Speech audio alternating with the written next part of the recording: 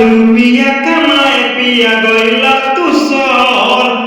एहने जवानी हमारा हता कर नाता तोर में भरेला भरवा से हो भरवा से घरे बना बलम जे बरमा से त दिलवा लगा ले बदे बरवा से घरे बना बलम जे बरमा से त दिलवा लगा ले बदे बरवा से। तो हेलो दोस्तों, आपका स्वागत है हमारे YouTube channel writer Mahesh Prajapati में। दोस्तों आज हम इसी सॉन्ग पर एक होली सॉन्ग लेकर आए हैं जो फुल और प्रिय है। तो चलिए स्टार्ट करते हैं बिना समय गवाए मुखड़े के साथ।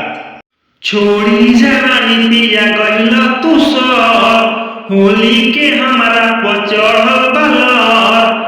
और छोड़ी जवानी पिया गइला तू सर होली के हमारा पचढ़ल बलर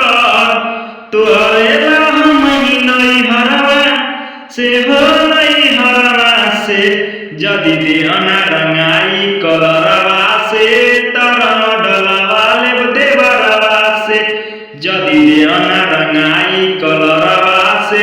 तरंग डलवा ले देवरवा से। मंत्रा फर्स्ट हम जरता जवानी के लोहा पिया काजयान करता जके दोहा पिया दोहा पिया हम जरता जवानी के लोहा पिया काजयान करता जके दोहा पिया दोहा पिया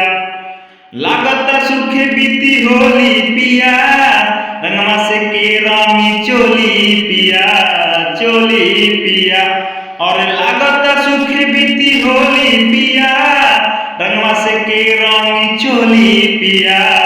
चोली पिया मजा मार फागुन के लहरवा से जदि देहना रंगाई कलरवा से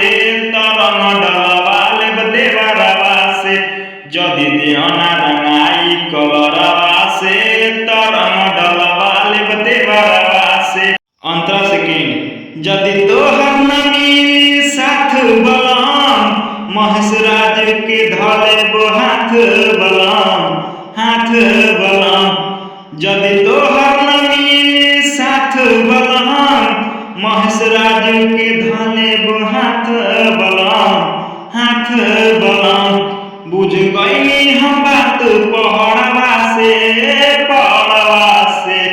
जदि देहना रंगाई कलरवा से तरंग डलवा ले देवरवा से जदि देहना रंगाई कलरवा से तरंग डलवा ले देवरवा से। तो दोस्तों इसी तरह का फुल और फ्री सॉन्ग पाने के लिए हमारे चैनल को सब्सक्राइब करें और